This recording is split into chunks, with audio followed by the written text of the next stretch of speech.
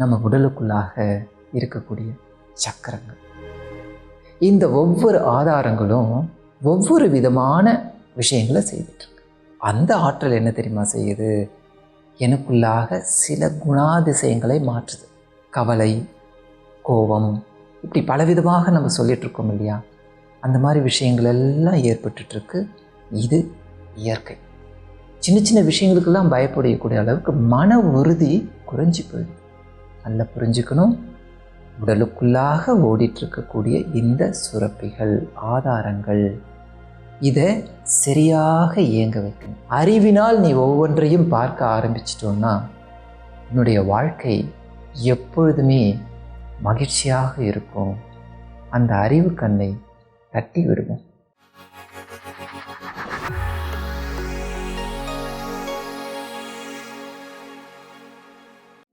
அலைந்து கொண்டிருப்பது மனம்.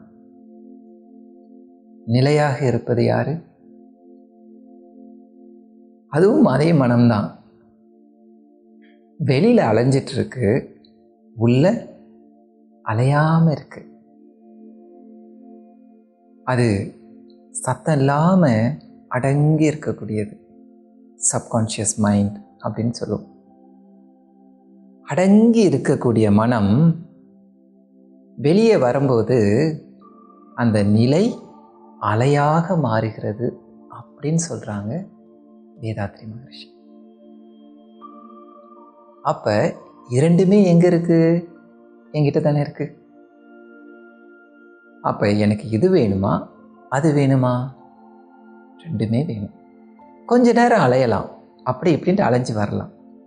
ஏன்னா நம்ம நிறைய சூழ்நிலைகளில் மாறிக்கிட்டே இருக்கோம், நிறைய நபர்களோட பழகிக்கிட்டு இருக்கோம். அப்போ கொஞ்சம் அப்படி இப்படின்ட்டு அலைய தான் செய்யும்.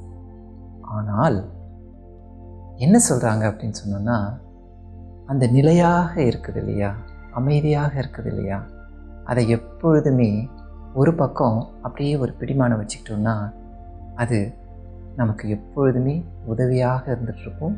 எப்போ இந்த மனம் அலையுது பாருங்கள், அந்த நேரத்தில். அப்போ நிலையும் உண்டு, அலையும் உண்டு. இதுக்கு என்ன செய்யலாம் தெரியுமா? நம்ம உடலுக்குள்ளாக இருக்கக்கூடிய சக்கரங்கள், எனர்ஜி சென்டர்ஸ் அப்படின்னு சொல்லுவோம், ஆதாரங்கள் அப்படின்னு சொல்லுவோம். விஞ்ஞானத்தில் எடுத்துக்கிட்டோன்னா எண்டோக்ரைன் கிளாண்ட்ஸ் அப்படின்னு சொல்லுவாங்க. ஸோ டிஃப்ரெண்ட் எனர்ஜி சென்டர்ஸ், பேர் எப்படி வேணாலும் இருக்கட்டும். இந்த ஒவ்வொரு ஆதாரங்களும் ஒவ்வொரு விதமான விஷயங்களை செய்துட்டுருக்கு.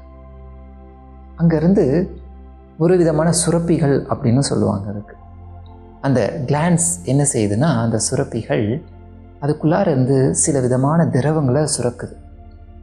அந்த திரவங்கள் சுரக்கும் பொழுது அது ஒரு கெமிக்கல் ரியாக்ஷன்ஸ் அப்படிங்கிற ஒரு விஷயத்தை செய்யுது. அந்த கெமிக்கல் ரியாக்ஷன்ஸ் என்ன செய்யுது? அது மனதை போயிட்டு மாற்றுது.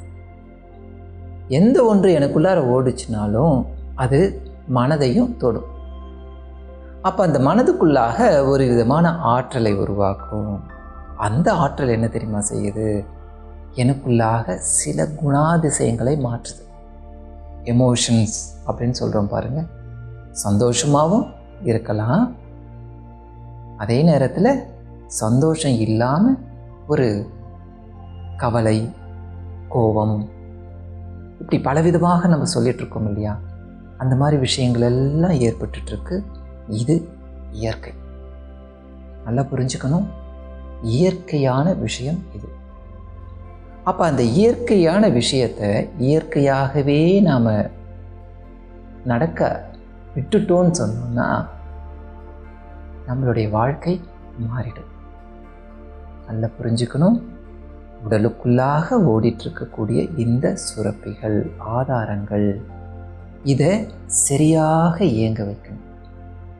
அந்த ஆதாரங்கள் சரியாக இயங்கிச்சுன்னா எனக்கு ஆதரவு கிடைக்கும்.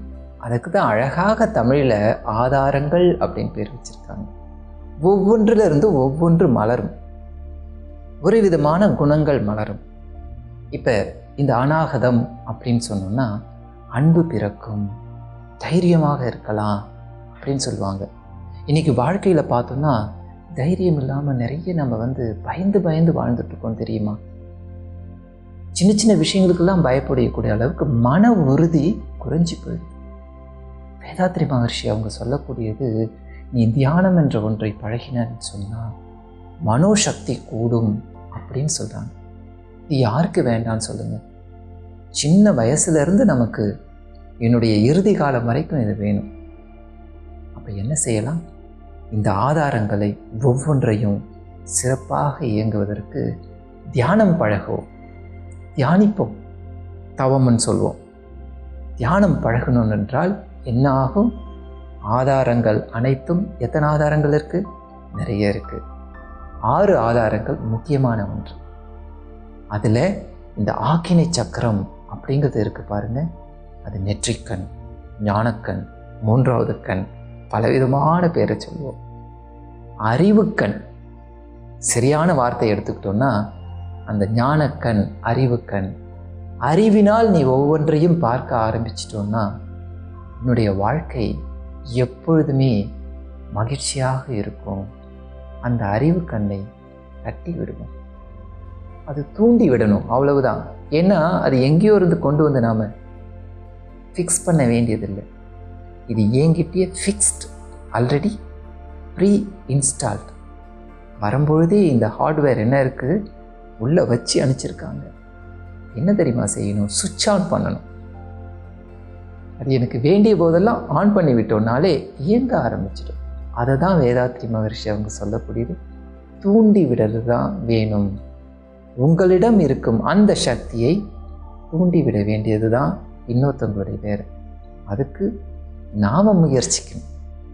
நாம் முயற்சித்தோம்னா கண்டிப்பாக அது தூண்டப்படும். என்னுடைய அறிவுக்கண் விளங்கும். அறிவினால் உலகினை பார்ப்போம். அறிவினால் அத்தனை அன்பர்களோடும் பழகுவோம். அறிவே தெய்வம். அந்த தெய்வம்தான் என்னோடையும் உண்டு, அனைவரோடும் உண்டு. இந்த உலகத்தையே இணைத்துவிடும். வாழ்க்கை இனிமையாகவும் மகிழ்ச்சியாகவும் அமையும். வாழ்க வையகம், வாழ்க வையகம், வாழ்க வளம்.